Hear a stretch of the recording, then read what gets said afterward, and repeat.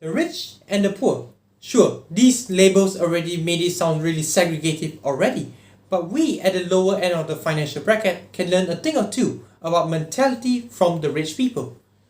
The one thing that we, to this day, fail to recognize as the reality of today is the fact that merely storing all of your savings into a bank account is actually a bad and inefficient strategy to manage your financial matters.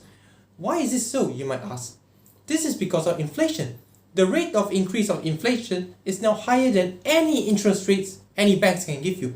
Meaning that whatever you store in the bank, you are actually losing value of it because whatever growth it had, it cannot catch up with the inflation.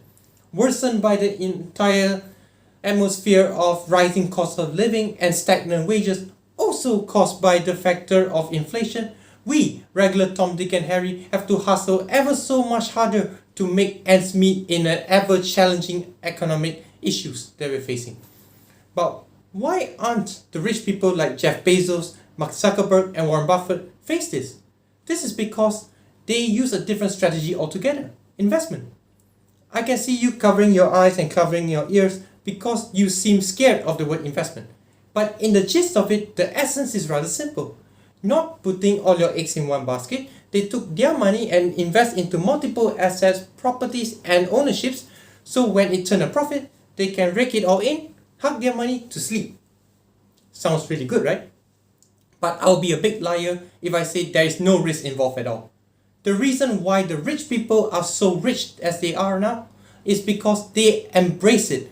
They took it with confidence and managed to turn it into a profit.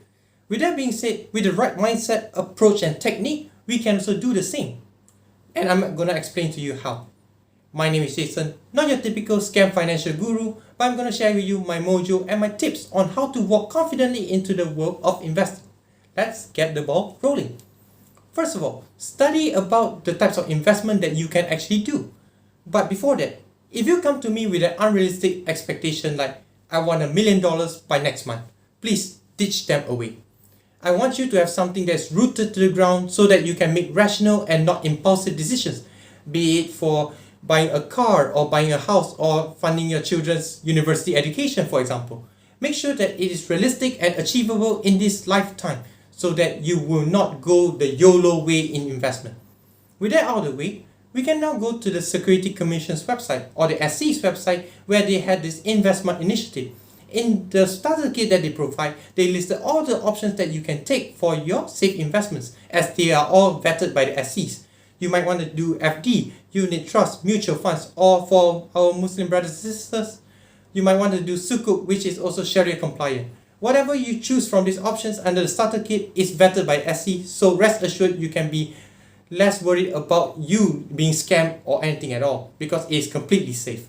For those that are more adventurous, like you want to try Forex, stocks and cryptocurrency for example, you can try the second one.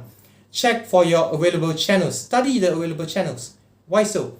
There are way too many stories about people getting scammed on the internet because they got into scam brokers like eToro, OctaFX and so on. So what you can do? Go to the SE's website and check on two pages. One, the investor alert list and also the public list of license holder so that you can ensure yourself whoever you're dealing with is not a scammer. The last thing you want is passing them your money, profiting, or before you even try to make a trade, they run away with your cash. No one wants that. Now the last one. If you are following from the second step just now, study about the fundamentals and also the charts. Never go into investment this way. Never walk blind and bang on the wall of this uncertain world that you are in. I'm saying this is because you can make a wise decision based on news. For Forex, stocks, cryptocurrency for example, you might want to check on the annual reports, quarterly earnings, or maybe for Forex you might see for GDP growth. This will help to ensure that your decisions in your trading or investment world is going to be a worthwhile one and accurate decision. Otherwise, you can check for indicators, check for resistance and support bars, or bear and bull runs so that you can also make a right decision in your investments in these stock markets and all. Here's a memento for you.